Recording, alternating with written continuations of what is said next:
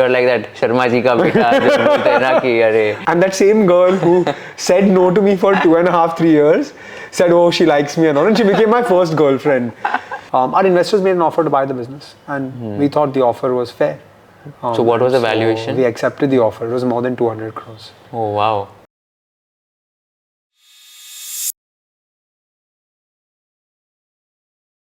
Hi everyone, welcome to Conversation with Kushal once again. Today we have with us one of the most successful entrepreneurs who have exited his D2C business and is known in the D2C ecosystem. Welcome Arjun to Conversation with Kushal. It's a pleasure talking to you. Thank you Kushal. Long time coming, excited for the conversation. Likewise Arjun. So just like for my audience, if you can just quickly introduce yourself and then we'll take the further questions there. Sounds good, yeah. So my name's Arjun Vaidya, and Vaidya, my last name means Ayurvedic doctor. I come from a legacy of 150 years of Ayurveda, as you know. My grandfather, great-grandfather and generations before were Ayurvedic doctors. The legacy of our business was not a business. My grandfather and great-grandfather ran an Ayurvedic clinic, and my grandfather was a man of service. He didn't care for sales, distribution, marketing or strategy as much as he cared for healing people. And so consultation was free in his clinic. By the 80s and 90s, he became one of India's most successful Ayurvedic doctors. He used to see about 300 patients a day in that clinic. 12,000 patients on a monthly basis wrote to him via post. But he didn't want to build a business. My dad graduated from college, wanted to build a business out of it. He convinced my father to do TV advertising for one of our products. My grandfather lost money for the first time in his life. As you're a CA, you know, CAs, doctors, lawyers don't lose money. They make less or more money. And so my father said, look, the clinic is for me, the business is not for me. If you want to do business, figure out your own thing. So my dad eventually started his own business in the jewelry and watch space. That's actually my family business. A lot of people think Dr. Vaidya's was my family business. And look, I grew up with juvenile bronchitis. I suffered from asthma. I grew up with pumps, nebulizers, inhalers and steroids. Asthma cured me. And so the moment I got cured of asthma and I got to play cricket again and become captain of my school cricket team, that made me believe in Ayurveda more than just family legacy. And so I decided that it's something that really means a lot to me. It's something I'm really passionate about. And so I promised my grandfather I'll do something with his legacy. And that was sort of the backdrop behind starting Dr. Vaidya. This is Dr. Vaidya's story, obviously a lot of people know. But I started the company after I moved back from India and my grandfather passed. So I remember the promise to him and I quit my job and I started this company to make Ayurveda appealing and accessible to you. The idea was that Ayurvedic products and formulations had a lot of appeal in the older generation, but someone needed to take it to modern consumers, and that was the idea behind Dr. Vaidya's. Right. And like how difficult was it for you to convince people like us who don't have the idea about Ayurveda? How did you market it and how did you ensure about the like messaging part? Look, I think the biggest challenge with Dr. Vaidya's was trust. There are lots of Ayurvedic companies like Dabur, Imami, Patanjali, Baidyanath, Zandu, Himalaya that have been in the market for a really long time, that have catered to consumers for a really long time. And so in that ecosystem and that environment, for a new upstart brand to come up was really difficult. And so the biggest challenge for us was convincing customers. We did three things. One, we launched innovative products. We launched a Chyawanprash capsule, we launched a Chyawanprash toffee, we launched an Ayurvedic hangover product. So we saw Ayurveda out of the box. The second thing is we had the good fortune of 150 years of legacy backing us. And we didn't have 150 years of business. We had 150 years of legacy, high quality formulations that were researched and tried on thousands of consumers. So that was the second thing that we were able to really leverage. And the third thing which really helped us was we entered business at a time when India and brand India was on the upswing, right? So 2014 government change, Ministry of Ayush was created. Prime Minister Modi talks about Ayurveda everywhere he goes. And that brand India and that Patanjali wave actually helped create a gap in the market for an online first or online only Ayurveda brand. Everybody else who was a more traditional business was too slow to identify this. And so we went and took that gap and made a business out of it. Got it. So like you were the first ones who went into the online market? Who went into the online market seriously, yes. Okay, yes. Got it. And that allowed us as a young new age Ayurveda company to actually have a reason to exist, right? Because if you think about it, there are so many large companies that exist in this market. Why should this 24, 25-year-old's brand actually exist? But we saw the opportunity first. We focused on the opportunity first. And there's a lot of people who did online as well. We did online only. So our customer experience, our free consultation online, our delivery experience, our marketing, our WhatsApp engagement with customers, all of that was top draw as compared to the rest. And when you focus on something and you give it your full attention, that creates something different, special for consumers. And the insight here, Kushal, which I didn't know when I started, by the way, but what really made us successful was consumers outside the top 10 cities didn't have access to high quality Ayurvedic products and care at the touch of their fingertips. And so this free consultation that my Dada gave in his clinic, when we gave it to customers in Muzaffarnagar, Anantnag, Trichy, Imphal, all of these places actually said, I have never been able to get Ayurvedic products so easily, Ayurvedic care so easily. And so Dr. Vaidya's transition from a millennial focused, cool, sexy brand to a brand that actually gave Ayurveda to Bharat consumers at the touch of their fingertips. So that learning and iteration happened in the journey as you're able to speak to customers and see who you're meaning something to. Right, got it, makes sense. Let's discuss about your, I think, Dr. Vaidya's journey maybe towards the second part of the podcast. But before that, we also want to understand about your early childhood. Walk us through your schooling, education background, your experience, and how did that help you in order to start your entrepreneurial venture as well? So Kushal, as I said, look, I grew up suffering from juvenile bronchitis from asthma. But I grew up in Bombay all my life. So I've been Bombay born and raised. I spent only 4 years out of this city when I did my undergrad in the US. Otherwise, I've always been here and I always knew I wanted to come back here.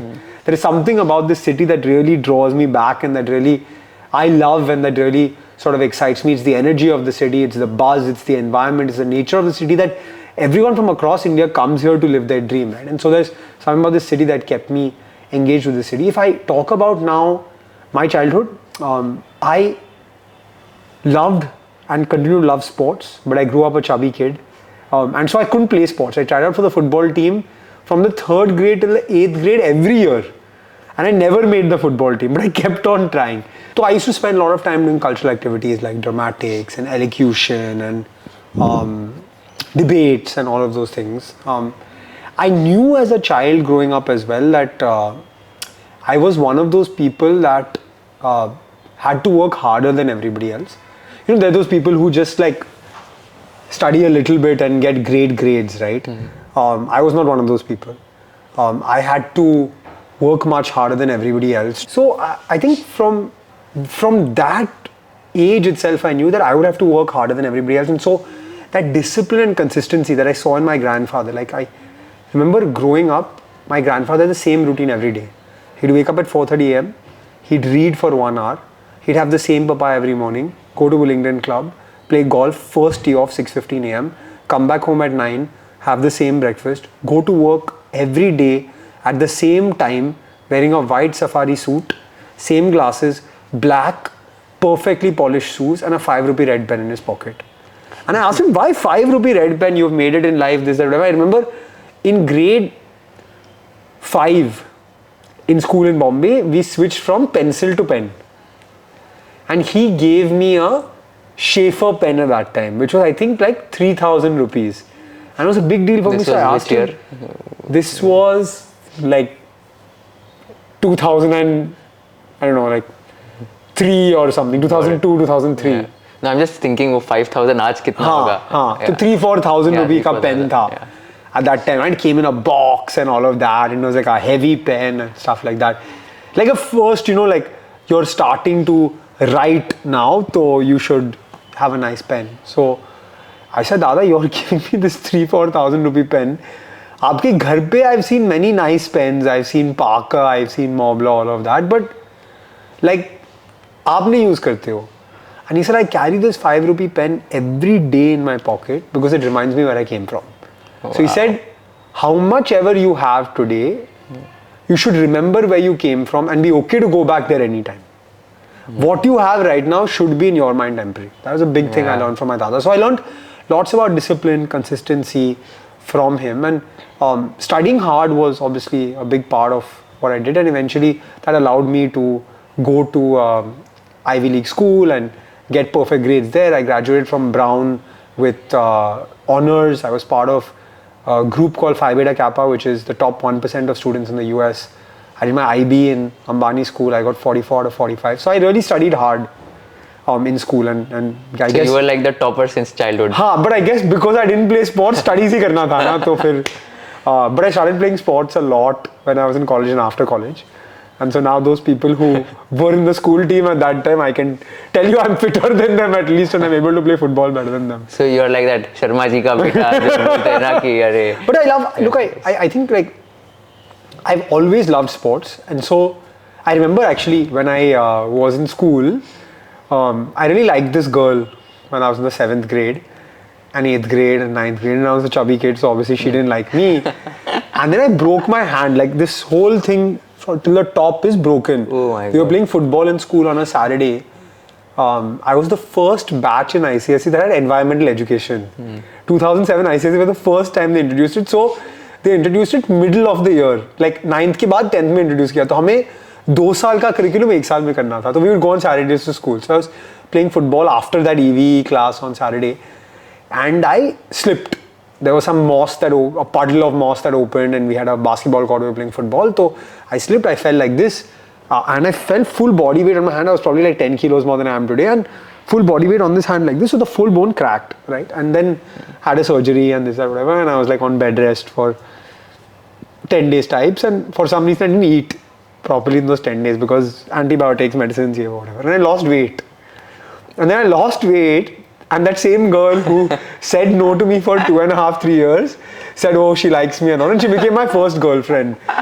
So I thought, yeah, I never want to put on weight again in my life because I got my girlfriend because of this. So, so that was the journey to starting to get fit, and from then I never actually went back that way, and I've always had a deep focus on fitness in life. I started running, I started playing more and more of squash, football, going to the gym, etc. And it's still a very important part of my life. I would say I work out at least 4 if not 5 days a week, some physical activity, and it's really important, not just from a physical perspective, also from a mental, emotional perspective. Right. Yeah, I see your stories. You play squash almost every weekend, every Sunday. And I think with your stories of that bone breaking, I think like you're a big believer of this. जो भी होता है अच्छे के लिए होता है. Yeah. After that, I think you got your first girlfriend because of that.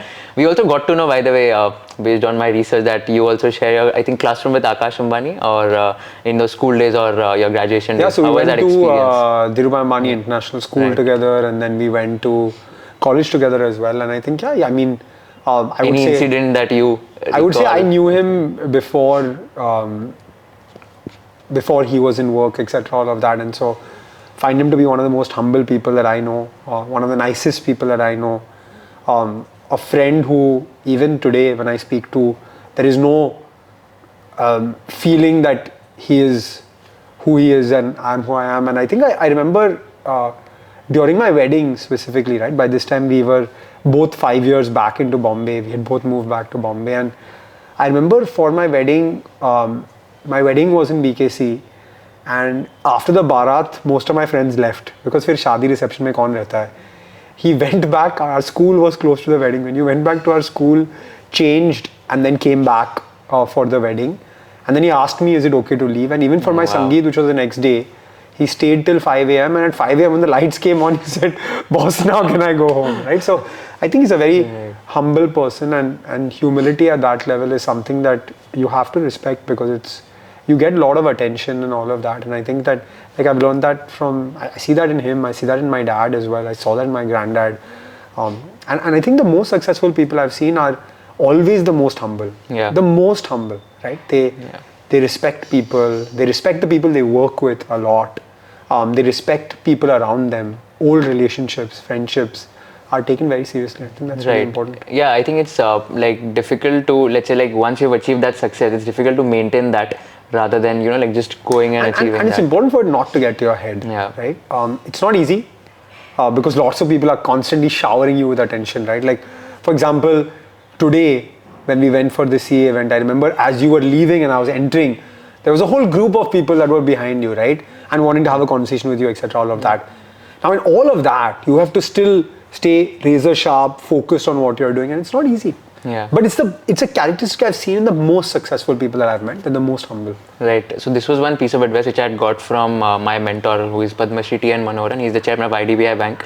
Like a beautiful piece of advice. Whenever you get success, right, you don't take it to your head, take it to your heart, celebrate it like a 1-year-old kid who's given an ice cream, and then move on in life.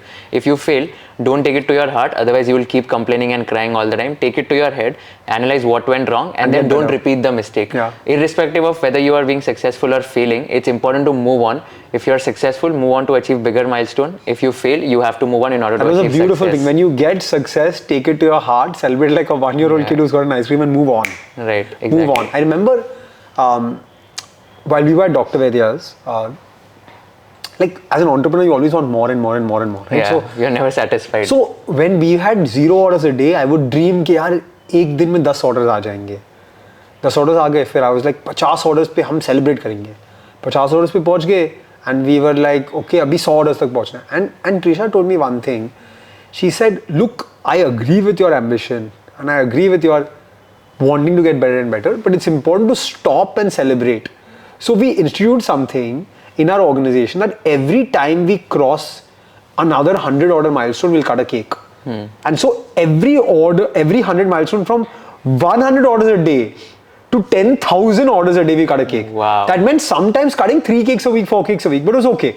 He said, we'll stop, cut a cake for 15 minutes, discuss how we got here and what we need to do next. But stopping to celebrate that moment like a 1-year-old kid for that 5, 10, 15 minutes is also important. Right. Which I didn't think about. But actually those memories of cutting those cakes, and also, you know, like, I remember when we reached some 500 orders a day, we sent a performance marketing agency a cake as well, saying thank you for being in this journey with us. Phones and Petals se order kiya tha cake. They were so touched. The cake wasn't a great cake, by the way. It was some whatever we could send from Bombay to Delhi, right? Because they were based in Gurgaon. Yeah. But they were also very touched. They were really happy. Yeah. They were like, this is so nice of you to do this. Correct. It's important to value people who have been the part of the journey. Yeah. Very well said. Let's talk about your experience in the States. What do you think that, like especially in Brown University, right? So what do you think, how is that education system different from the Indian education system? And what are some of the learnings you learned in those 4 years which you're able to imbibe in your day-to-day life? So look, I'll tell you, in the classroom and outside the classroom. Yeah. And I will say that those 4 years at Brown were the best 4 years of my life. Okay. I went at 17 and a half. I had never spent more than 2 weeks outside of India. Which course you went there for, by the way? I went there to study biotechnology, but the program I was in was liberal arts, so you could actually change basis what you wanted to do. And I was young and I wanted to have fun, so I didn't want to spend 3-4 hours every week in a lab. And so I switched to economics and politics, and eventually graduated in economics and politics. Okay. Now, I would say in the classroom, the application-based learning and the independence given to students is something we didn't have in India. Wherever you go in India, at least today, that level of freedom, it got to the level where in my college, there were no requirements. You had to take 30 classes over a 4-year period and choose one, not even major, they used to call it concentration, that's all. नहीं तो जो भी करना है करो. Econ, if you graduate with the econ major, 9 classes to graduate with an econ concentration. The rest 21 classes, do what you want. You want to take architecture, you want to take photography, you want to take film, you want to take sociology, you want to take Hindi, you want to take Spanish, you want to take Italian, jo bhi. You are free because you are smart enough to get into this college, you are smart enough to make use of your time here in this college, right? So I think that freedom, independence, openness, application-based learning, figure it out attitude was something I learned in the US. Outside the classroom, I think the learning was unbelievable because I was in a place where there were students from more than 100 countries. International students tend to spend lots more time together. And I got to meet people and interact with cultures that were so diverse. Today I'll tell you, my best friends from college, one is Colombian, one is from Chandigarh, one is from Mexico, one is from Mauritius, and one is from Germany, right? And this is just the core group of 5-6 of us guys. And I have friends from all over the world. I remember for my wedding, which was 5 years ago, 75 people from across the world who went to college with me outside of India traveled to Bombay for the wedding. Wow. That kind of experience, like, I was actually thinking, I was telling my wife that my daughter now has family in almost every country in the world. Wherever we go, there is someone you've gone to college with, you've worked with, you've this with, you've that with, that's there. And that's really special. Right. That is something which I really cherish. Right. What was the criteria of getting into Brown University? So how was that process? It was not easy. So I'll tell you, I went to Dhirubhai Ambani International School. It's one of the best IB schools in the world from a grades perspective. So it was the first time that I had competition where I thought I was the topper in the class, but in this school, I was top 15, top 20. For me, being top 20 was not okay, right? So I really learned to sort of work in a competitive environment when I was in school. So obviously you had to do your IB, but then you had to do SATs. And at that time we had SAT 1, which is what everyone's doing today, but also subject SAT tests. So I was doing my school, my extracurriculars from outside of school, SAT prep, and then I did 3 subject tests: biology, chemistry, and math. So actually, if I tell you, my road to college was 3x harder than my time in college. Getting into college was the hard part. Once I got into college, it was okay. Yeah. And when I went to Brown, actually, it wasn't a big name. It wasn't a big deal. So a lot of people question, why are you going to Brown? Now today, lots of people have been to Brown from India. There's been a sort of resurgence of this institution. But at that time, even my parents were like, what is Brown? You have gone to Columbia, you've gone to Penn, you've gone to Northwestern. Why do you want to go there? But it was a special place because it was the happiest campus in the US. And you know, education, academics is very important. But when you're living somewhere for 4 years, you also have to have a life outside of that. And I think that was a beautiful experience of being. I loved college. I just loved it. Right. Yeah, I can sense it. Like I don't cry at all. I in a public setting, I've cried twice in my life. Okay.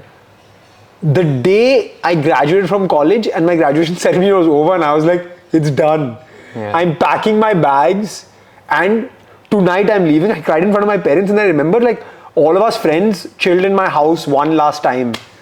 And it was like we all knew we were going to be in different parts of the world. And I knew I was coming back to India. And I knew that like some are going to be in London, some are going to be in the US, some are going to be in Europe. Like I'm going to be really far away.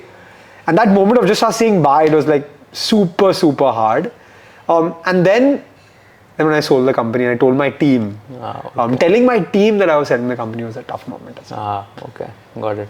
I think let's talk about your post-education journey now, like the main entrepreneurial journey, and even what you're doing now in the venture capital industry. So now you're in the States, you graduated, now you're coming back to India. So I think you would be 21, 22 when you were coming 21 back. and a half. 21 and a half. So firstly, why how was the mindset after coming back? Did you think मैं job कर लेता हूँ 2-3 साल and then join करता हूँ? 100%. Like what was the mindset? Like how did you decide that you want to get in entrepreneurship right away? So I didn't get into entrepreneurship right away. Okay, got it. I worked like you at a fund. Oh, okay. I didn't know this. So I got an internship. So I was very excited by brands in general, right? I was like, this t-shirt I'm wearing is a plain white t-shirt. You're wearing a black t-shirt. But the logos on this t-shirt have made us pay 4 to 20 times the price of the cloth. And we know the price of the cloth. But for that logo, they are paying that delta in price. And so brands were something that interested me a lot. So I did my internship at Condé Nast while I was in college, which is Vogue GQ magazine. Then I did an internship at Hublot, a luxury watch brand. I did an internship at De Beers, the diamond company. And then I met a Brown alum in my last December back, my last winter break back from college. And he said, what do you want to do? And I said, I want to move to India, but I don't know what I want to do. I want to be in the business side of brands. So he said, I have a friend who works at Louis Vuitton Moet Hennessy Group's private equity fund called L Capital in the France office. I'll connect you to him. So he email connected me to him, and I think that was like just a random email intro from a Brown alum, and that led to me doing an interview with him. And then the interview with him, he said, look, you seem like a very smart guy, but I cannot sponsor your visa to come to Paris. So we have an Asia team, I'll connect you there. So they connected me to the Asia head, and then I did an interview call with him, and then he said, look, I don't have jobs for 21.5-year-olds in private equity. Doesn't exist. I can give you an internship in our Bombay office, and maybe if you do well, we'll give you a job. And so I came back to India after an Ivy League education where I got a 4.0 to get an internship with a stipend of 40,000 rupees. But it was the exact kind of place I wanted to work at, right? It was a private equity fund investing only in consumer brands. It was an amazing place to work. And so my dad told me one thing, he said, be indispensable there. And they gave me a project to work on e-commerce. 2013 September, August, September. And the first companies I got to work on were like Jabong, Myntra, Pepperfry, Bluestone, Zivame. That time they were just coming up, right? And I started realizing then that this e-commerce thing is not a fad. We had as a fund missed investing in the US, missed investing in Europe, missed investing in China. And so I said this e-commerce thing is not a fad, it's here to stay. And so I became the point person for e-commerce in the entire Asia group for the fund. And that eventually got me a full-time job. Oh wow! So my 6-month internship got converted to a 1-year internship, and then 1 year they gave me a full-time job. Got it. And how long you were there? For how many years? I was there for almost 3 years. Okay. So how was that experience like for 3 years? Like, So think about it, I'm 21 and a half years old. Yeah. I'm in a private equity fund that invests minimum $20 million. At that time, $20 million was like 130, 140 crores. Yeah. So basically, you can only talk to 100 crore plus businesses. Now, in the consumer space, if you crossed 100 crores, it's a big deal. So I got to meet 150 of the best entrepreneurs in apparel, lifestyle, retail, cars and bikes, watches and jewelry, F&B, consumer products, FMCG. And it was a dream come true for a 21, 22, 23-year-old. My card could get me a meeting with anyone, like anyone in India. And I used that to get as much exposure as I could. I was a sponge, just taking in as much information as I could. And I think that that experience was tremendous from an exposure perspective, but I started feeling some imposter syndrome as well. I'm thinking to myself, this guy's done 500 crores last year and done an EBITDA of 100 CR. I'm 23 years old and I'm asking him questions. Who am I to ask him questions?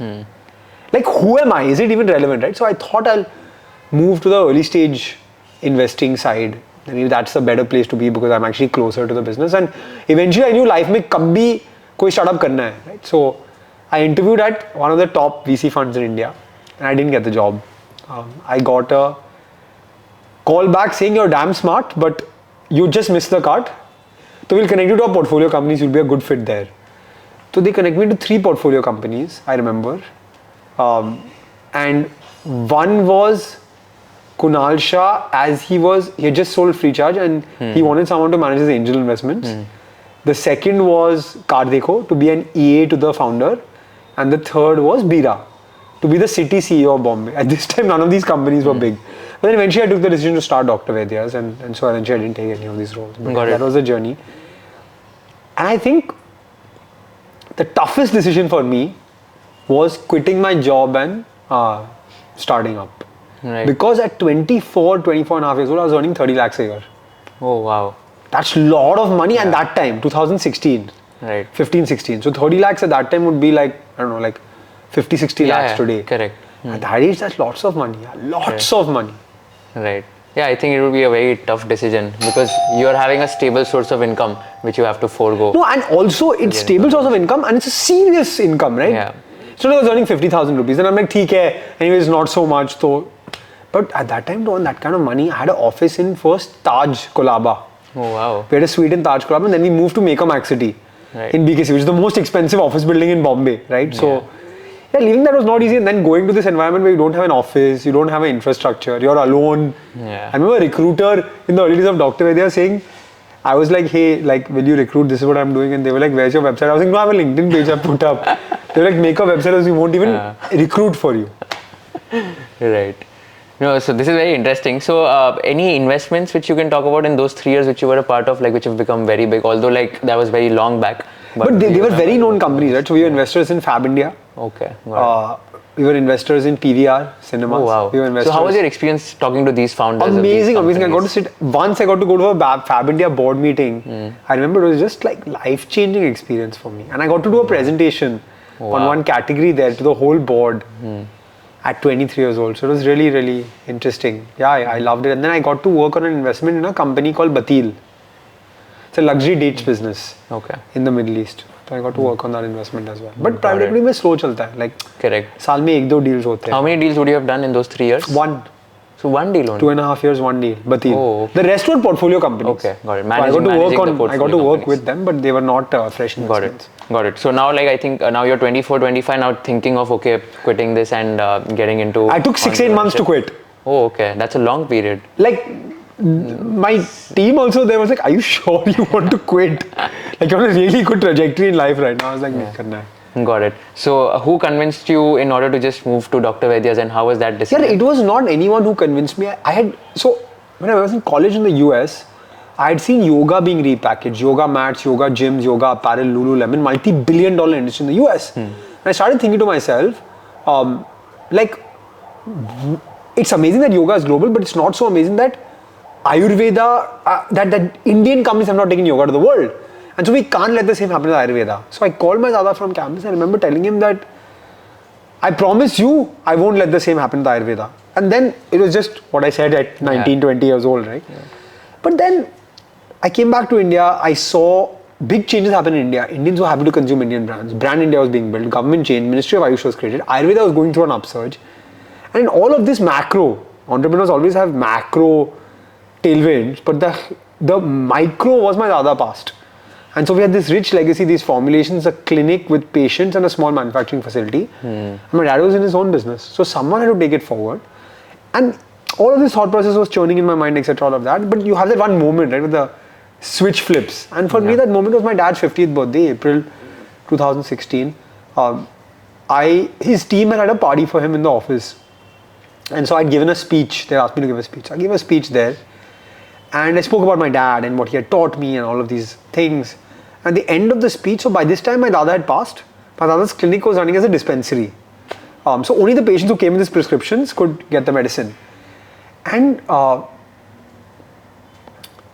his nurse of 17 years came up to me with a tear in her eye and she said, "You're talking about your dad, but are you going to let your dada's legacy die?" And that was the moment I said, "Yeah, I have to do it. And I'm 24 and a half and what do I have to lose? 1-2 साल किया नहीं चला तो ठीक है ना. I've made enough money to at least take this risk." And so I quit my job and I went ahead and did it. Right. I think the biggest problem today with the founders is that they don't start. I mean, we had a conversation around the best way to start is to start. Yeah, exactly. Remember, we were discussing this 6-8 months ago before you had started KwK. Yeah. Just start and then as you go, you'll figure it out. That's the best piece of advice I've got from anyone. Just start. I mean, it's so simple, it's so cliche, but just someone making you realize that you need to start now. I mean, I was ideating so much. I remember you were telling, "हाँ, मतलब idea अच्छा है, सोच रहा है, but start, like execute." The one thing I heard from someone was there were many Facebooks before Facebook, many Googles before Google, many Apples before Apple, many Amazons before Amazon. But Facebook is Facebook, Google is Google, Apple is Apple, and Amazon is Amazon, because unicorns or highly scalable businesses are not fantastic ideas. They're made from blood, sweat, and high quality execution. Execution is the key. Correct. Now, if you look at Facebook, right? Facebook was a copy of something, Orkut or whatever that is. Then, Reels is a copy of TikTok. Yeah. Threads is a copy of Instagram. And Twitter, WhatsApp is a bought product. Today, we have no relevance of Facebook in our lives. The rest of the products we're using. Yeah. They're not unique. They're just best executed. Right. I remember when I was in college in 2012. Facebook bought Instagram for $1 billion and we were like, "Boss, this is a disaster. Like, what is this?" Because at that time, Instagram was a photo sharing app with vintage filters.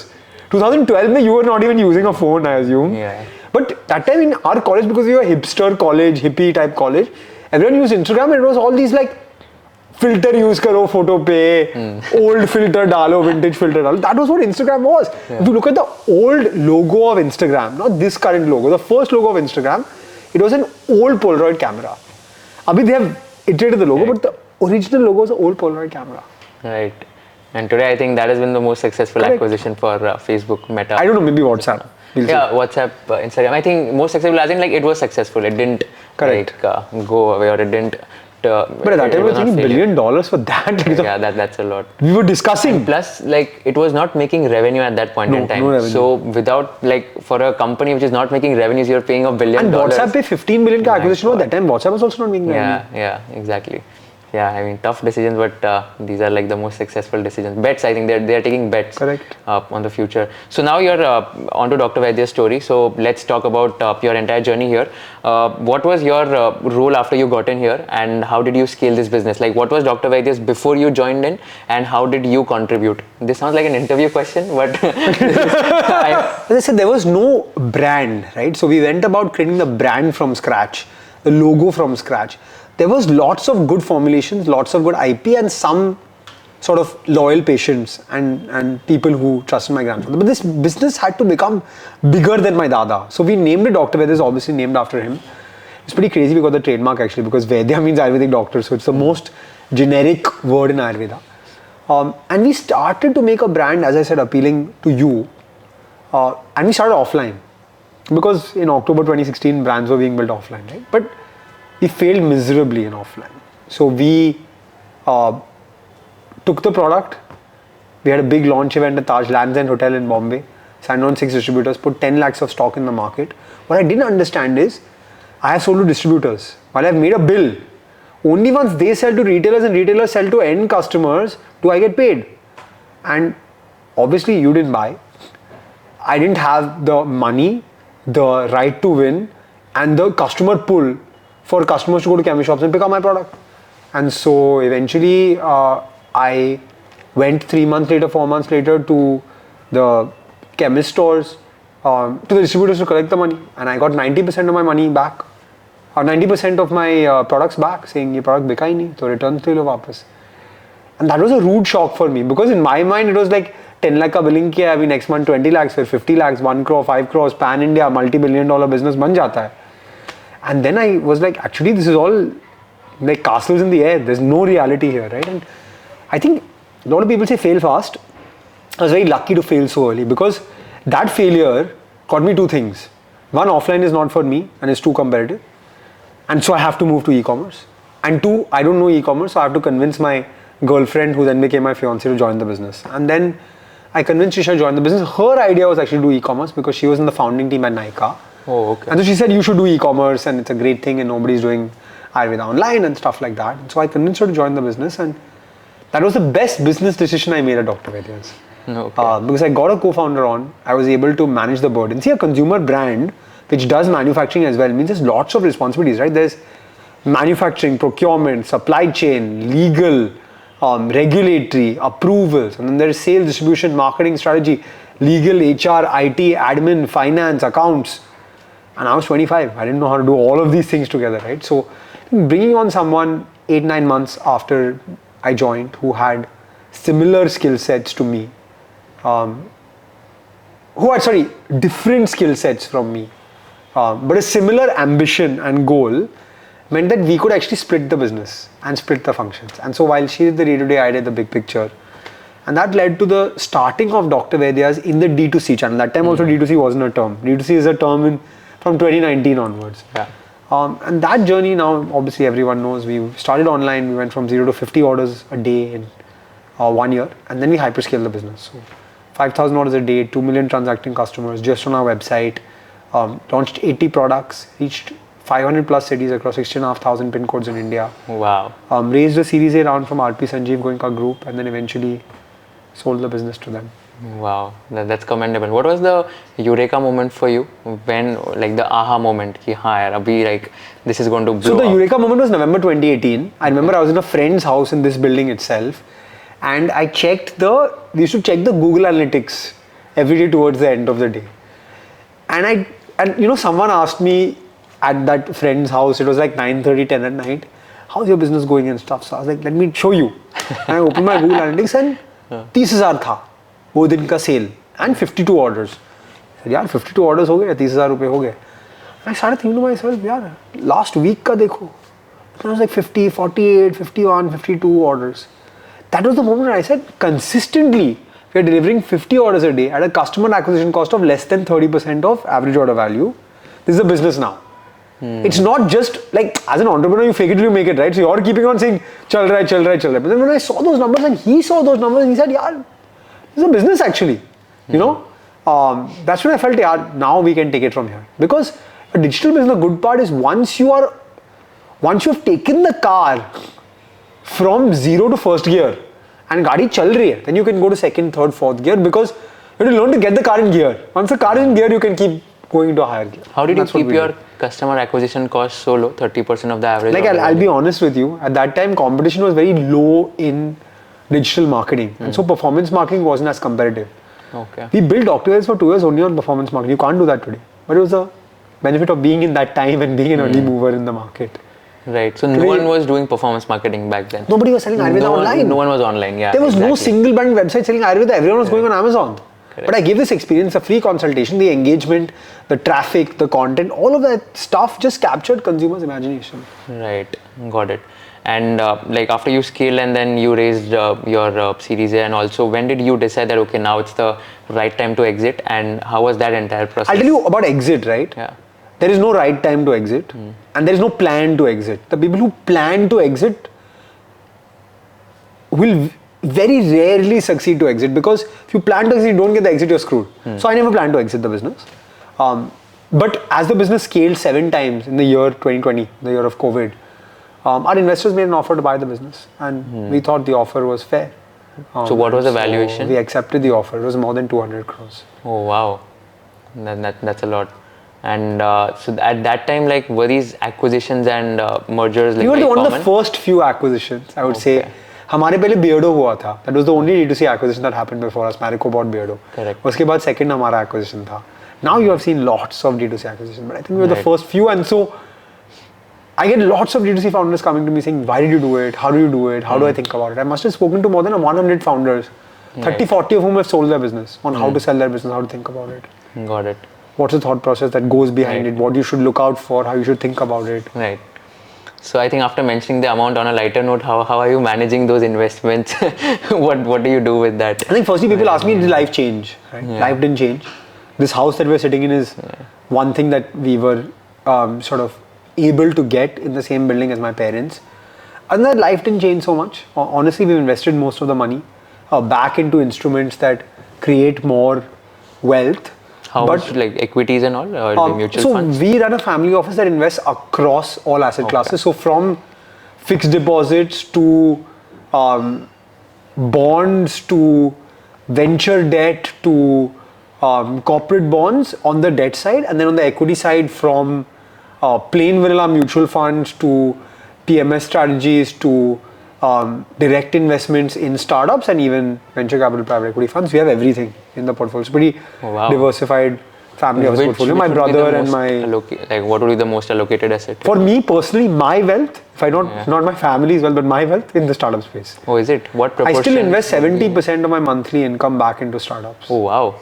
70 is a lot. Because, look, my monthly income, not what I made from Dr. Vaidya's. Yeah. What I made from Dr. Vaidya's, we have a 15% allocation to your alternative asset class. Got it. In general, that includes everything that comes in alternatives, funds, etc. All of that. But my personal wealth, I don't have a crazy lifestyle. I don't have any materialistic needs. Other than spending on my kid, I don't really spend crazy money. So I want to give it back. And I believe that it's not just I'm giving donation. I'm investing in people who I think will give me some financial return. But I believe in the startup space. And I should give back to hundreds of entrepreneurs. I've invested in more than 90 companies as an angel. Wow.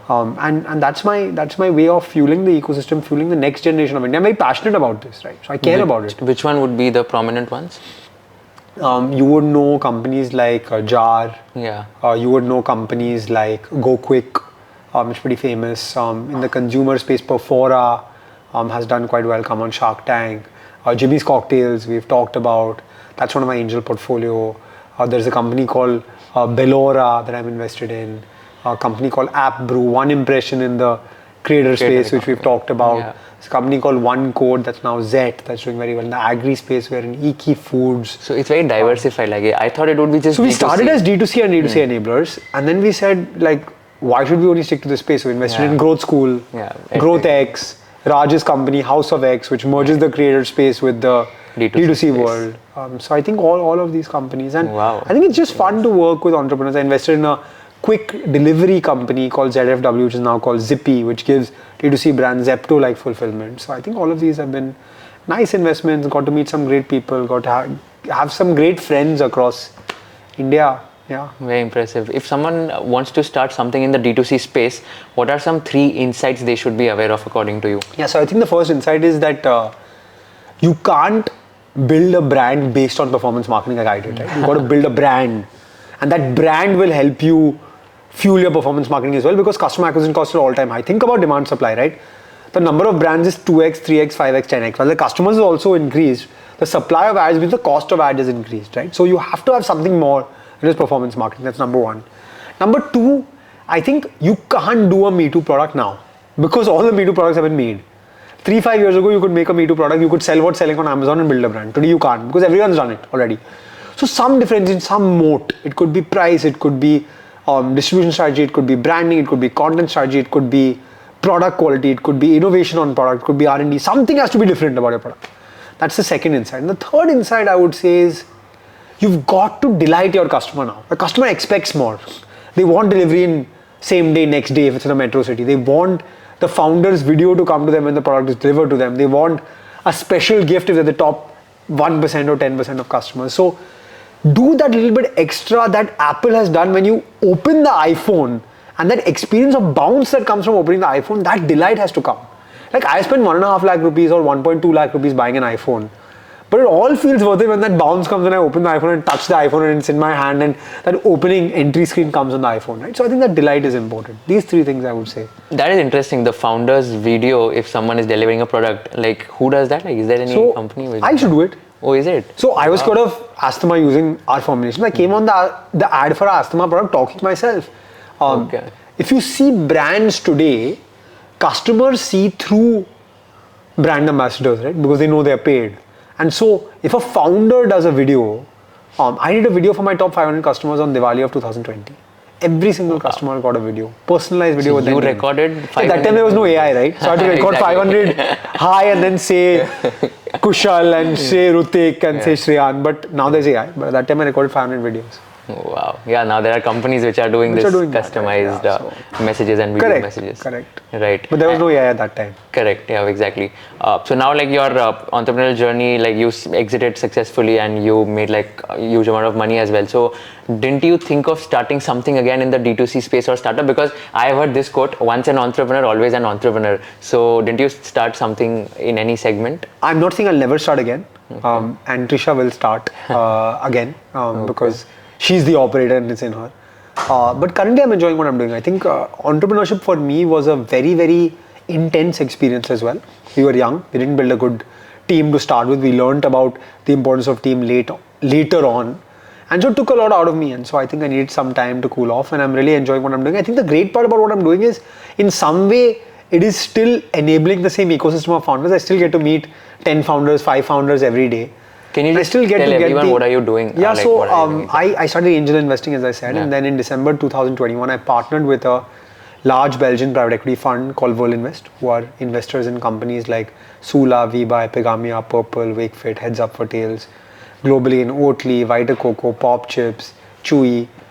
So consumer sector focused investors who do more private equity, so $15 to $100 million checks, and they wanted to start VC investing, but their insight was in every geography, that's India, US and Europe, that we do VC investing, we believe founders and ex-entrepreneurs are better placed to do VC investing. So they partnered with me to launch a fund called V3 Ventures, which invests in early stage consumer business in India.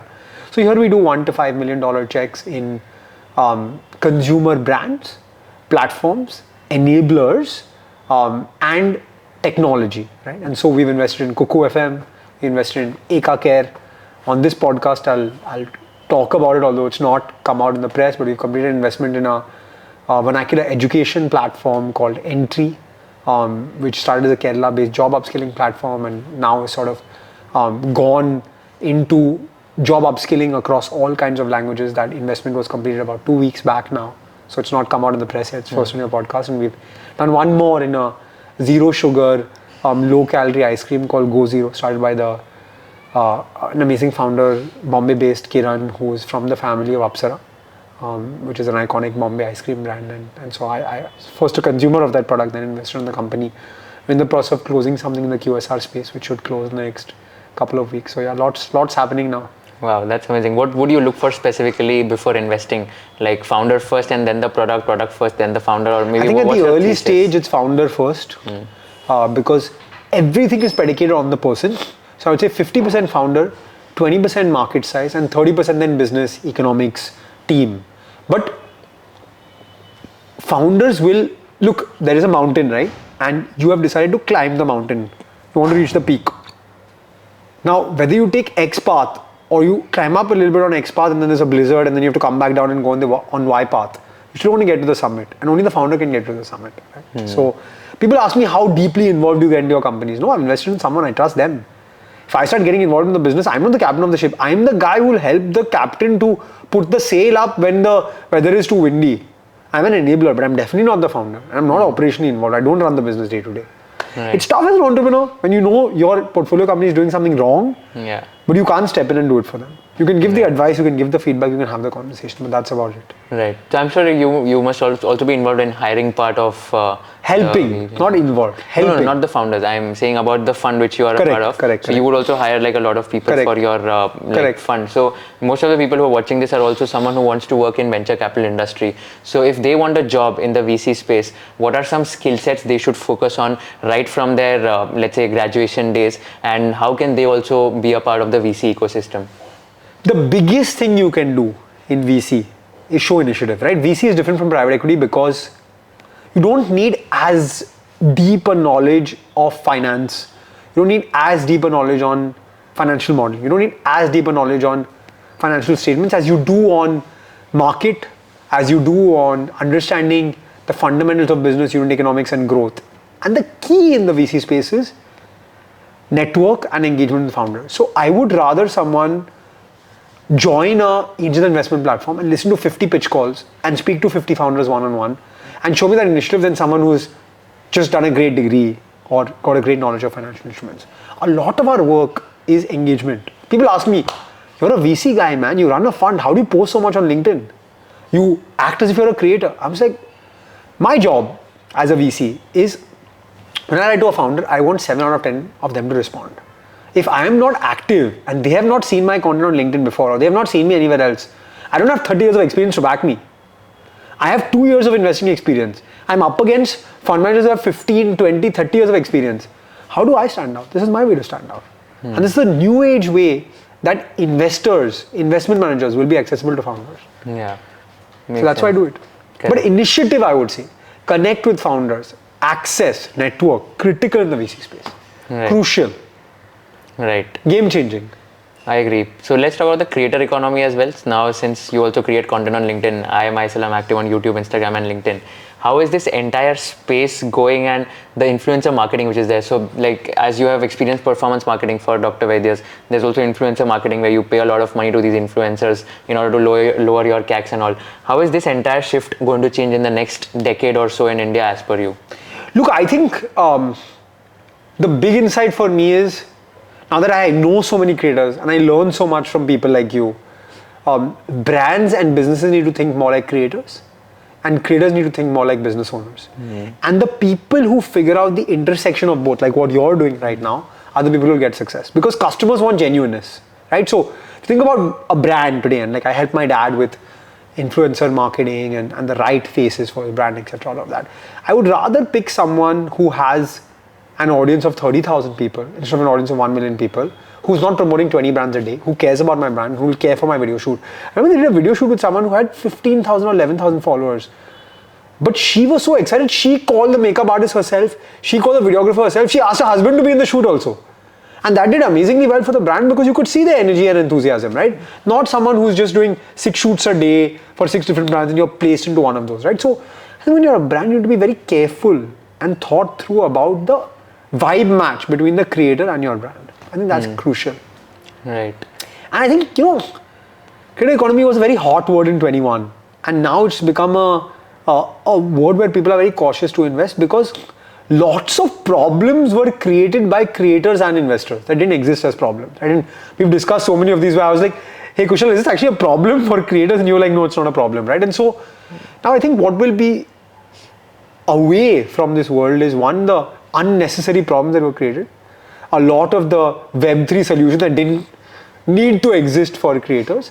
And a lot of the commoditized stuff will go away, right? People who are genuinely creating unique things will excel. People who are genuinely creating differentiated things will excel. Right. So like 5 It's not a numbers game anymore. Correct. 5 years down the line, do we see Arjun Vaidya as a content creator as well on Instagram or YouTube? I think it'll be before 5 years. Oh, is it? Oh, It'll wow. definitely be before 5 years. 5 years to मैं सोचता ही नहीं हूँ. Okay. I view the world in 6-month sprints. Okay. And I will say you'll see this in 6 months. Wow. 100%.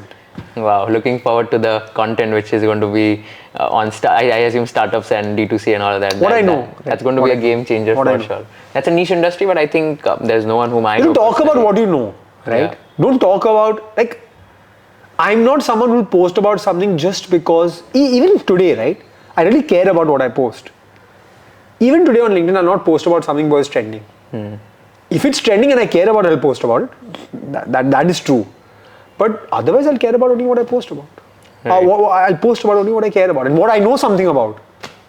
Right. What's the point of posting on Bitcoin if I know nothing about it? I know nothing about it. I'm admitting I know nothing about Correct. Do you do brand promotions as well? Not so many yet. Not so many yet. But I'm not yet the level that I need to be like you are. No, so I need to go somewhere forward. But I would say that, look, I think I'll make this sort of statement here.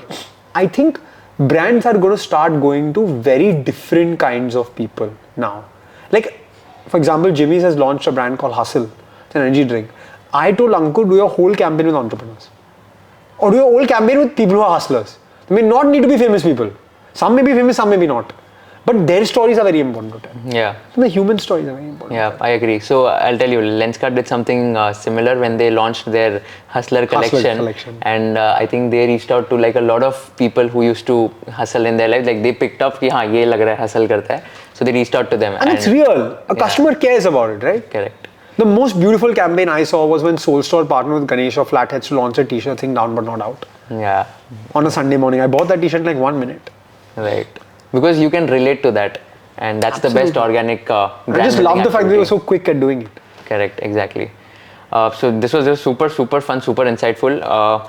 Just last question. So this is like a pretty common question which I ask to all my guests towards the conclusion. So if you were in the shoes of Kushal and you were interviewing Arjun, what is that one question which you would like to ask him towards the end of the interview? The one question that everybody asks, which I will not tell you to ask, is what's next? Because I think that's the most general question. I think what I think people don't talk about enough is life outside work. Yeah. I think it's very important, right? Like I was at a conference last week in Calcutta where more people asked me about my runs and workouts than my work. And that shows where the world is moving, right? Health is the new wealth now. Yeah. So how's life for you apart from work? I think a new journey started in January. My daughter was born, and I think that congratulations. Thank you. That brought a lot of unique perspective in my life. I think it makes you prioritize a lot of things. You have lesser hours now available to do what you're doing. And I think I do have, unlike some entrepreneurs, a life outside of work. So I love playing sport. I love fitness. I love watching. I can't concentrate. I have a concentration problem. And so I love learning through watching. I've watched every single sports documentary on Netflix. Today I'm watching, I've started watching today a documentary called Quarterback on the most pivotal position in the NFL, in an American football team as a quarterback, in the life of 3 quarterbacks. I learn a lot through the life of athletes in relation to business. So that's life outside of work for me. I mean, so what are your learning resources, like in the sense that, like, do you read a lot, do you consume podcasts, or like how do you make sure that you're updated? Except books, I learn from everything else. Okay. Except books. I find it very hard to read books. Got it. So I'll listen to audiobooks, I'll listen to podcasts. That's why you invested in KwK FM. YouTube videos, I'll watch documentaries, I can watch. I can't concentrate as much. Right. So which would be the best 3 resources if you were to advise anyone? Yeah, I think maybe some podcasts I really like which are outside of India, because Indian podcasts everybody knows. Yeah. Can you give some examples? Outside of India, I like Business Wars. I like Reid Hoffman's podcast, Blitzscaling. And I like the All In podcast. Everyone likes the All In podcast. Right. And in terms of any newsletters which you read on a regular basis? I would say that I don't read newsletters as much as I do long form content. So I like reading the Ken. I like reading now the Arc cap table on our startup space. I think that's very interesting content. It's long form, right? So. Yeah, got it. Perfect. I think this was super insightful. Thank you so much for your time, Arjun. Awesome. Thank you for having me, Kushal. Kushal. Had a great time, and hope I could do justice to your time as well. Great fun. Thank you. Thank you so much.